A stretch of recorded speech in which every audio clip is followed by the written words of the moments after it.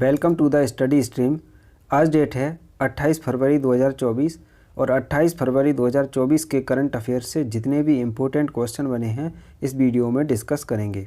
इस वीडियो का पीडीएफ आप हमारे Telegram group the study stream से डाउनलोड कर सकते हैं। टेलीग्राम ग्रुप का लिंक इस वीडियो के डिस्क्रिप्शन में दिया गया है। तो चलिए शुरू करते हैं। पहला क्वेश्चन है, हाल ही में केंद्रीय उत्पाद शुल्क दिवस कब मनाया गया है? तो अभी हाल ही में 24 फरवरी को केंद्रीय उत्पाद शुल्क दिवस मनाया गया है।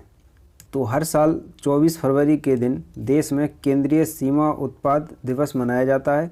इस दिन को मनाने के पीछे का उद्देश्य केंद्रीय उत्पाद और कस्टम बोर्ड ऑफ इंडिया का अर्थव्यवस्था में योगदान का सम्मान करना है। इसके अलावा संस्थान के अधिकारियों के द्वारा की गई कड़ी मेहनत को सम्मानित करने के लिए भी इस दिन को मनाया जाता है। अब 1 फरवरी को भारतीय तटरक्षक दिवस मनाया गया है। 2 फरवरी को विश्व आर्द्रभूमि दिवस मनाया गया है। 4 फरवरी को अंतर्राष्ट्रीय मानव बंधुत्व दिवस मनाया गया है। 4 फरवरी को ही विश्व कैंसर दिवस भी मनाया गया है। 6 फरवरी को सुरक्षित इंटरनेट दिवस मनाया गया है। 7 फरवरी को राष्ट्रीय एड्स HIV जागरूकता दिवस मनाया गया है। 10 फरवरी को विश्व दलहन दिवस मनाया गया है।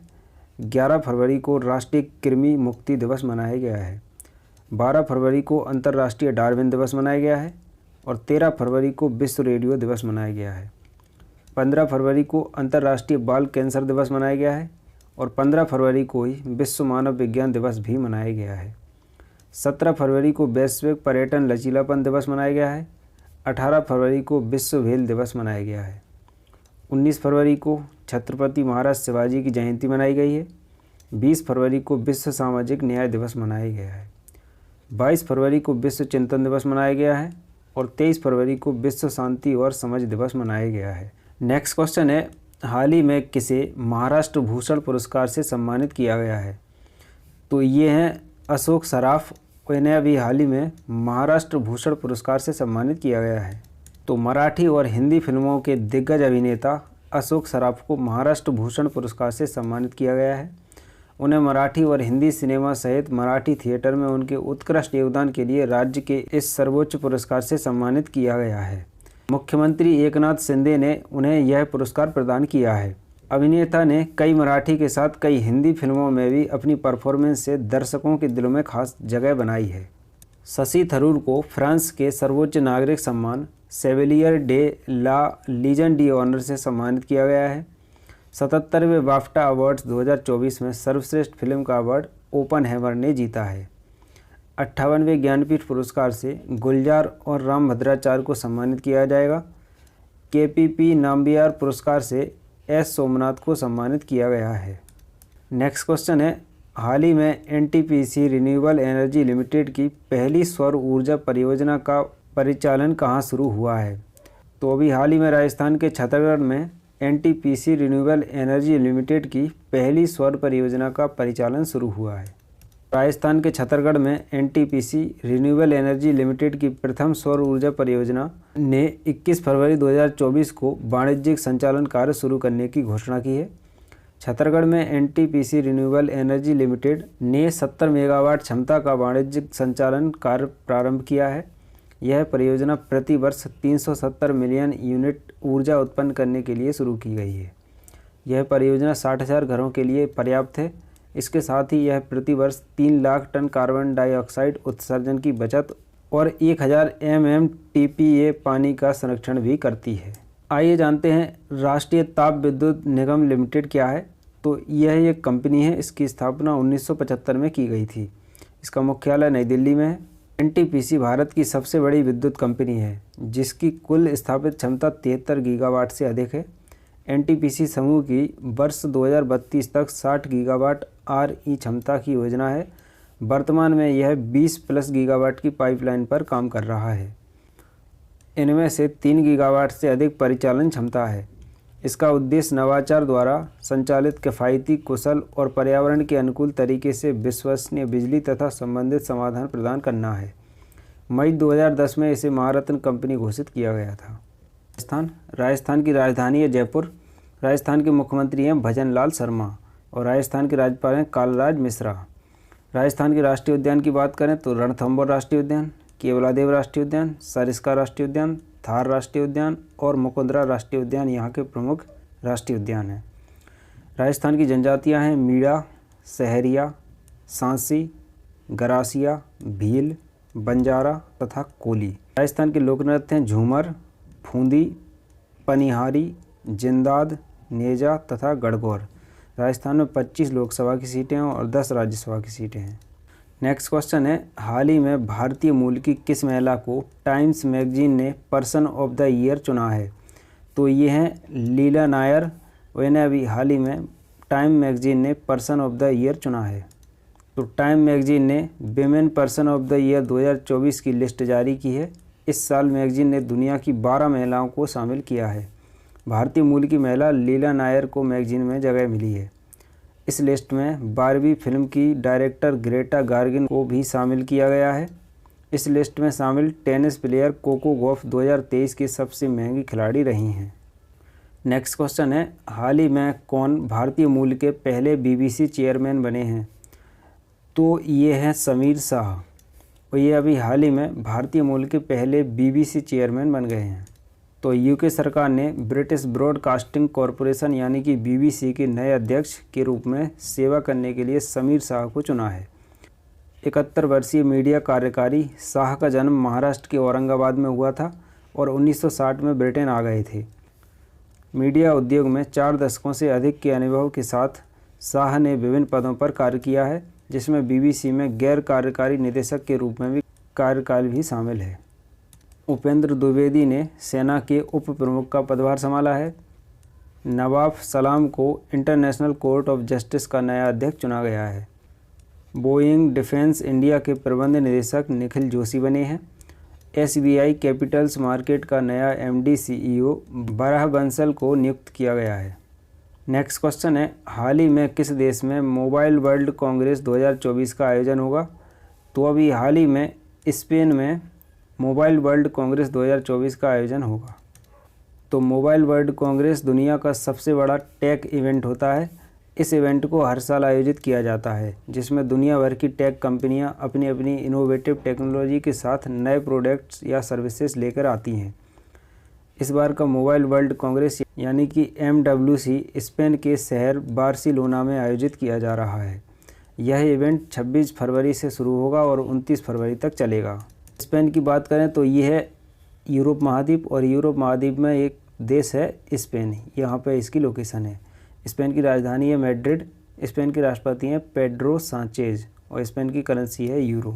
नेक्स्ट क्वेश्चन है, हाल ही में SJVN ने कहाँ 500 मेगावाट के गुजराई सौर ऊर्जा संयंत्र का उद्घाटन किया है? तो अभी हाल ही में SJVN ने उत्तर प्रदेश में 50 मेगावाट के गुजराई सौर ऊर्जा संयंत्र का उद्घाटन किया है। भारत सरकार के विद्युत मंत्रालय के प्रशासनिक नियंत्रण के तहत एक मिनी रत्न श्रेणी 1 और अनुसूची 1 केंद्रीय सार्वजनिक क्षेत्र उद्यम SJVN लिमिटेड ने टिकाऊ ऊर्जा समाधान की दिशा में अपनी यात्रा में एक महत्वपूर्ण मील का पत्थर हासिल किया है। 23 फरवरी 2024 को SJVN ने उत्तर प्रदेश के कानपुर देहात में अपने 50 मेगावाट के गुजराई सौर ऊर्जा स्टेशन के सफल वाणिज्यिक संचालन की शुरुआत की घोषणा की। अब उत्तर प्रदेश, तो ये देख सकते हैं मैप में उत्तर प्रदेश की राजधानी है लखनऊ। उत्तर प्रदेश के मुख्यमंत्री हैं योगी आदित्यनाथ और उत्तर प्रदेश के राज्यपाल हैं आनंदीबेन पटेल। उत्तर प्रदेश में एक ही राष्ट्रीय उद्यान है जिसका नाम है दुधवा राष्ट्रीय उद्यान। उत्तर प्रदेश के लोक संगीत हैं सोहर, कजरी, होरी, तीज गीत और ढोला गीत। उत्तर प्रदेश के लोक नृत्य हैं रासलीला, नौटंकी, झूला, कजरी, जद्दा, चाचरी और जैता।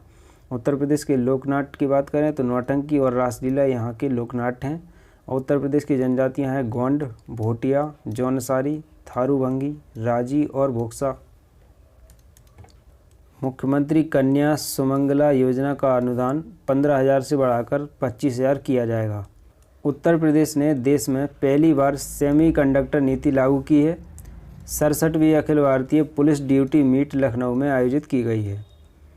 अपशिष्ट जल उपचार के लिए नोएडा को जल योद्धा के रूप में मान्यता मिली है। नेक्स्ट क्वेश्चन है, हाल ही में किसे लता मंगेशकर पुरस्कार मिला है? तो ये है सुरेश वाडकर और इन्हें अभी हाल ही में लता मंगेशकर पुरस्कार मिला है।